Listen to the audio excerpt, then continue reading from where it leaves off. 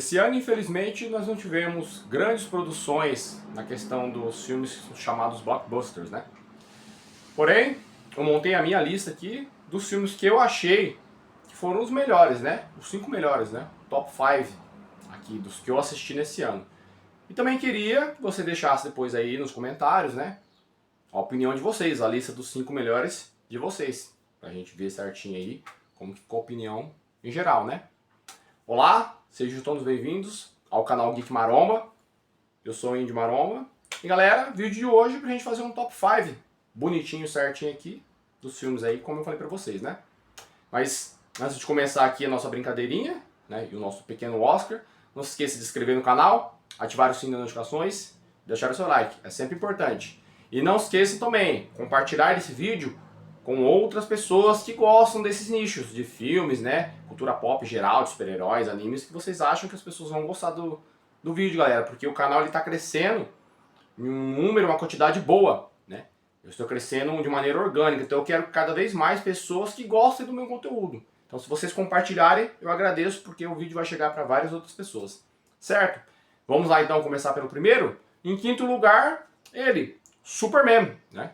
O Superman do James Gunn, que a gente viu aí agora em 2025. E galera, sobre os filmes eu não vou ficar me decorrendo muito sobre a história dos filmes, e algum deles eu trouxe resenha pro canal aqui, né? Alguns, né? Vamos falar mais sobre questões técnicas, né? Eu não sou nenhum crítico, né? Especializado em nada, mas na minha visão, certo? Mas é o seguinte, filme aí dirigido por James Gunn e estrelado pelo David Corenswet. E é isso, galera. Os destaques ficam por conta aí, pra mim, na minha opinião. Nicholas Hoult, que é o Lex Luthor, é um ator excelente. Quando foi escalado para o papel de Lex Luthor, nós já sabíamos que ele ia entregar, né, esse Lex aí, porque é um grande ator. E foi uma grata surpresa realmente mesmo ver ele como Lex Luthor. Eu acredito, na minha opinião, que foi o melhor Lex Luthor que tivemos aí em tela. Tanto de série como filmes. Certo? Também gostei muito da Rachel Brosnahan, né, que foi a Lois Lane. A química dela e do David Corenswet ali, né, de Lois Lane e Clark Kent, ficou muito, muito bom. Sabe assim, é um casal que te passa aquela coisa de que estão apaixonados, de que, sabe assim, tem um romance ali. E uma coisinha ou outra assim, né? O que eu gostei do filme, uma coisa boa também, né? Que é um tom mais esperançoso, como eu disse na minha crítica, né? Um tom mais leve, é mais colorido, puxado mais para os quadrinhos, né? E o que eu não gostei, que pra mim é algumas execuções de falhas ali, né? Em algumas ideias que o James Gunn teve ali, ele não conseguiu executar muito bem as ideias dele. É o plot deste filme, que eu já falei pra vocês, né, na minha crítica, dos pais do Kal-El, né, que é o Jor-El e a Lara. Não gostei, eles colocaram como se eles fossem, tipo, vilões no planeta deles lá, que enviaram o Clark aqui pra governar a raça humana. A mãe dele fala que ele precisa reproduzir, criar um harém, né, nossa, não tem nada a ver, desvirtuaram completamente o personagem, tiraram aquela visão messiânica, né, e cristã do Superman, né? Porque ele foi criado assim pelo Jerry Siegel e Joe Shuster, então deveriam ter mantido essa origem do personagem.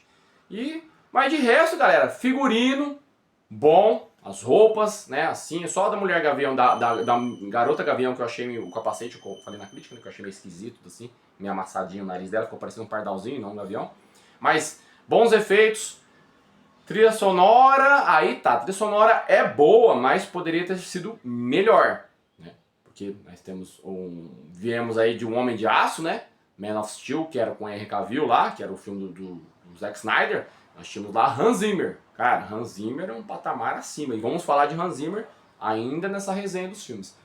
E aí a trilha sonora ela vem mais ou menos aí, eu acabei não gostando assim tanto. Assim. Então ele pega um misto do Superman antigo, coloca aquelas guitarras. Só que a música é boa, mas ela toca em momentos que não fazem jus ao que precisava.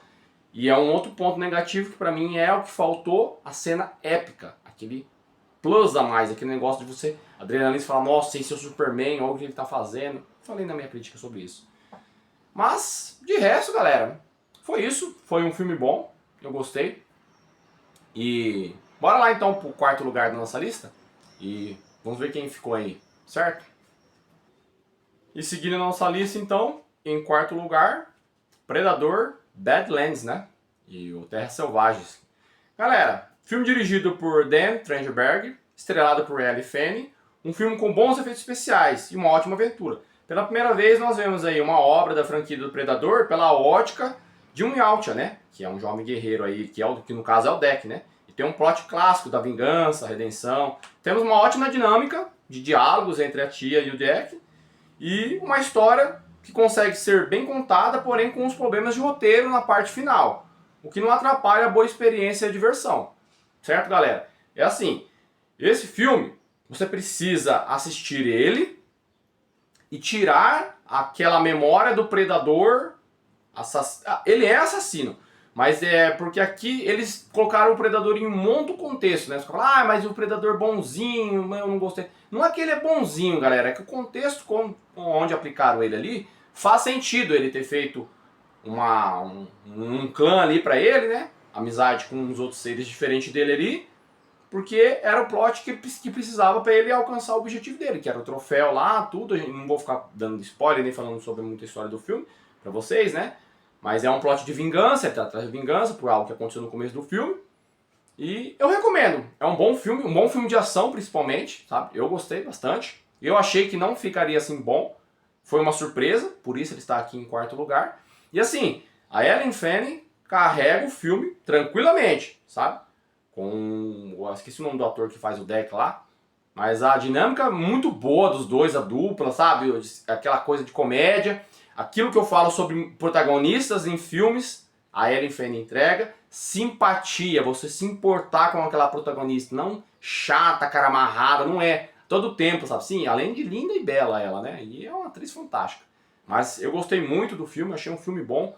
Uma boa ação e aventura pra gente assistir, sem compromisso, sem nada. E tira aquele negócio da cabeça, predador, não sei o que, não sei o que. Porque aqui é diferente e tem um contexto para ser diferente. Eu vi muitas pessoas criticando, mas fora de contexto. Se você colocar o contexto na qual o Deck é aplicado nessa história aqui, você compra o que está acontecendo tranquilamente. Certo? Bora lá então, pro nosso terceiro lugar. Vamos ver quem ficou na parada aí. Bom, e por falarmos em protagonista feminina, terceiro lugar, ela, nossa querida Eve, no filme A Bailarina. Galera, A Bailarina, um filme aí dirigido por Len Wiseman e coproduzido por Chad Stahelski, que é o diretor da franquia John Wick, né, estrelado por nossa querida Ana de Armas. Um espetáculo de coreografia de artes marciais, cenas de tiro, explosões. A Ana de Armas interpreta a Eve, né, que é uma protagonista feminina legítima, sem ser forçada, possui a beleza, a sutileza e a simpatia fatal de uma assassina. Né? A narrativa do filme é empolgante, te prende até o final. E claro, né, que para quem assistiu, sabe que no final tem um presente ali, né? Para os fãs ali, né, mais saudosos, tem uma cerejinha do bolo, né? Não vou entregar nada da história. Mas é isso, galera. Então é um filme com um plot de vingança, né? No qual a Eve ela é inserida ao contexto do mundo dos assassinos. Ela não queria, mas ela foi ali, porque ela precisa ter essa vingança, que fizeram com ela no começo do filme. Mas é um filme fantástico. Está inserido dentro do mundo de John Wick. O John Wick aparece neste filme, entendeu? Não vou dar spoiler nem nada. É muito bom, muito bem feito. Eu ainda até comentei desse filme num vídeo que eu fiz sobre as protagonistas femininas, que era a comparação da década de 80, 90 com as de hoje, depois dos anos 2000. Como que as de hoje são forçadas, são um estereótipo de mulher que não é uma mulher, assim, a mulher feminina como nós conhecemos, né? É uma mulher carrancuda, sobrancelhona assim, machona, né? Como que eles querem um protagonista mulher que parece com um homem, né? Não entendo isso, né? Complicado. E aqui não, cara. Aqui é uma aula. O Chad Stahelski que te entrega a verdadeira protagonista feminina que nós, homens e também mulheres, aprendemos a gostar lá na década de 80, 90, sabe? Que é a mulher linda, simpática, sedutora, mas essa é a grande arma dela, né? Isso aí é só um véu que cobre, porque por trás é letal, é uma assassina. Se você vacilar, fica até mais fácil por você achar que ela é frágil, entendeu? Mas não é não. E esse filme é incrível, recomendo A Bailarina. Vocês vão se divertir. Por isso ficou aqui no terceiro lugar da nossa lista, certo? Vamos pro segundo lugar aí. Tá acabando, já tá chegando no pódio, hein? Bora lá. Nosso segundo lugar, aqui na nossa lista. It, Bem-vindos a Derry. Galera, aí foi a surpresa, hein? Série dirigida por Andy Muschietti, que é o mesmo diretor do filme, dos filmes lá que nós tivemos, né? Capítulo 1 e 2. Estrelada por Bill Skarsgård, né? Roteiro bem construído, decisões corajosas nos rumos dos personagens da história, os efeitos especiais muito bons, a atuação de Bill como Pennywise é superior para mim à dos filmes que nós tivemos lá, o capítulo 1 e o capítulo 2, né? Em 2017 depois 2022 lá. Aliás, aqui tudo tem uma carga maior do que nos filmes anteriores. As crianças que interpretam os protagonistas mirins são todas muito boas e ajudam a surpreender nessa série, galera. E assim, foi uma surpresa total, porque todo mundo esperando aí, né, o Stranger Things, né, e que vai bombar, não sei o que, né, tava tudo aquele auge lá, e do nada, It Bem-vindo a Derry vem aí e uma grata surpresa. Uma série muito bem feita, a qualidade da série me chamou muita atenção. Efeitos especiais, trilha sonora, fotografia, tudo te remete ali à qualidade dos filmes. Por isso que eu falo, galera, às vezes é complicado. Essa compra da Warner aí pela Netflix, que tudo dá a entender que a Netflix será a detentora agora, né, da Warner, não a Paramount, porque deu uns problemas lá, mas não vamos entrar nesse mérito, deixa para outro vídeo no ano que vem. Vai perder muita qualidade, galera, porque a HBO ali, conselho de HBO Max nos streams, tem uma qualidade muito grande para fazer as séries. Vide aí Casa do Dragão, né, House of the Dragon e Game of Thrones, que a gente vê a qualidade dos dragão, do cenário, tudo que eles fazem ali. E a Netflix, galera, não sabe fazer esse tipo de coisa ali. Tem o Stranger Things, eles capricham nos efeitos, mas tem umas coisas práticas ali que eles não sabem fazer. E aqui é tudo muito bem feito, sabe? O Witch aqui, a série, ela te surpreende, é uma série corajosa. Tem umas mortes, umas coisas que acontecem ali que você não esperava. O primeiro episódio é impactante, né? Não recomendo para crianças, que eu falei ainda na minha resenha lá. Mas, para mim, uma grata surpresa, merecido, mesmo sendo uma série, merece estar aqui nesse top 5 aqui, porque é o top 5 meu de coisas do ano, realmente, que me surpreenderam, sabe? A questão de cultura pop, assim, e dos blockbusters em geral, né? E agora, vamos saber aí quem é o nosso campeão, né? Nosso primeiro lugar, e se realmente é merecido, certo? Bora lá, então. Chegamos, então, ao nosso primeiro lugar. E é ele, Fórmula 1. Exatamente, galera. Que filmaço, meu Deus. Merecido. Dirigido por Joseph Kosinski, estrelado pelo nosso Bredão da Massa, né? Brad Pitt. Filme feito com alma, galera. Absolutamente bem planejado, executado. Teve como produtor o próprio piloto Lewis Hamilton, da Fórmula 1, que fez consultoria a outros pilotos que competem, né, na Fórmula 1, né? Que aparecem no filme, que é o Alonso, Max Verstappen, Charles Leclerc, Sérgio Pérez e Lando Norris. O resultado foi um filme que possui uma identidade visual e sentimental, mas muito autêntica, né? Em muitos momentos do filme, você realmente se sente dentro de um campeonato de Fórmula 1, sem falar nos efeitos especiais, galera. A Apple faz o filme aí e não economizou em nada, entendeu? Pra completar aí esse filme e ser esse sucesso que for. Sem falar na atuação de Brad Pitt, né, galera? Que, convenhamos aí, né? Tá 60 a mais, ele tá com 62 anos, galera. E ele entregou aí uma atuação tanto física ali, quanto na questão de sentimentos e emoções na tela. Você acredita realmente que ele é o Sonny Reyes ali, o ex-piloto de Fórmula 1. E, galera, é incrível assim, sabe? E aquelas questões que a gente fala sobre o filme, que tudo vai se casando ali, né? E sem falar no ponto alto do filme, que é a trilha sonora. Galera, Hans Zimmer, se vocês não conhecem, vão atrás desse gênero da trilha sonora. Ele está presente nesse filme novamente aqui. Falei no comecinho, né, do primeiro lá do Superman, né, no Homem de Aço, Man of Steel era o Hans Zimmer, e nesse Superman do James Gunn já colocaram a trilha sonora, né. Galera, que homem fantástico no que se diz qualidade e competência em fazer a trilha sonora. O filme tem algumas músicas que elas te transportam para dentro da corrida, de tamanha adrenalina que ele consegue inserir. São músicas, querendo elas sendo sinfonia, galera, eu fico até arrepiado de falar da trilha sonora do filme, ó. Na questão das sinfonias, as músicas compostas sinfonicamente, ou as músicas eletrônicas, elas vão dando aquele negócio, aquele, sabe assim, e você fica na tela, meu Deus, o que vai acontecer, e o cara pilotando naquela adrenalina. Galera, que coisa mais fantástica, sabe assim? E o filme todo, a maneira como foi feito, ele é uma carta de amor para quem gosta de corrida. É isso que eu falo, galera, a gente precisa de filmes assim em Hollywood. Hollywood tem que parar de fazer filme identitário para minorias, tem que fazer filme para maioria. Tem que fazer filme para minoria? Tem, mas pega um público específico e faça esse filme. entendeu? Agora, filme quando você vai fazer para um grande público, é isso aqui, galera. Você quer, quem foi no cinema era fã de Fórmula 1, queria ver algo do que vê nas corridas e foi entregue. Por quê? Lewis Hamilton estava como produtor e participando, atuando no filme. Os outros pilotos deram a sua consultoria, falando como que deveria ser. Você acha que esse filme ia ser ruim, galera?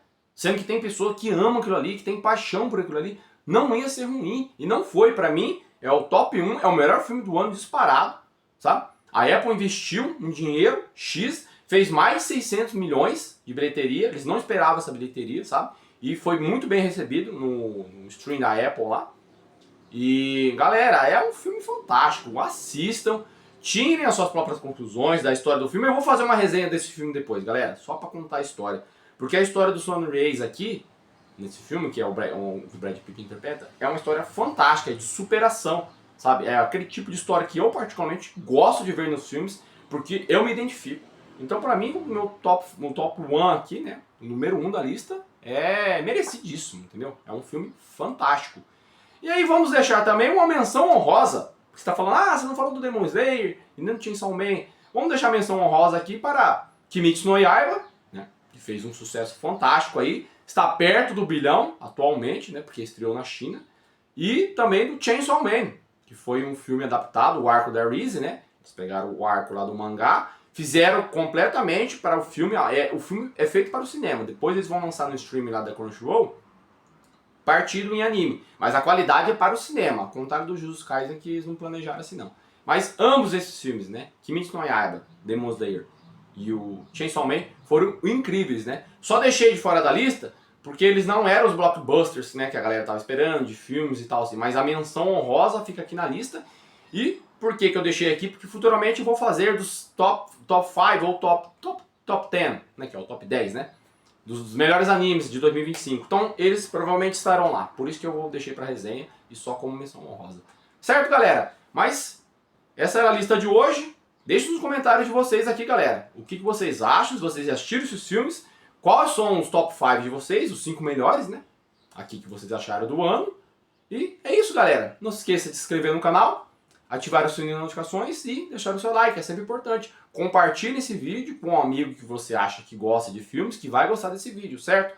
Obrigado pela visualização de vocês. Esse é o último vídeo do ano, eu acho, mas acho que é o último vídeo do ano. Então eu desejo a todos vocês feliz ano novo, boas festas com as famílias de vocês e nos vemos em 2026, certo? Muito obrigado, somos 200 inscritos.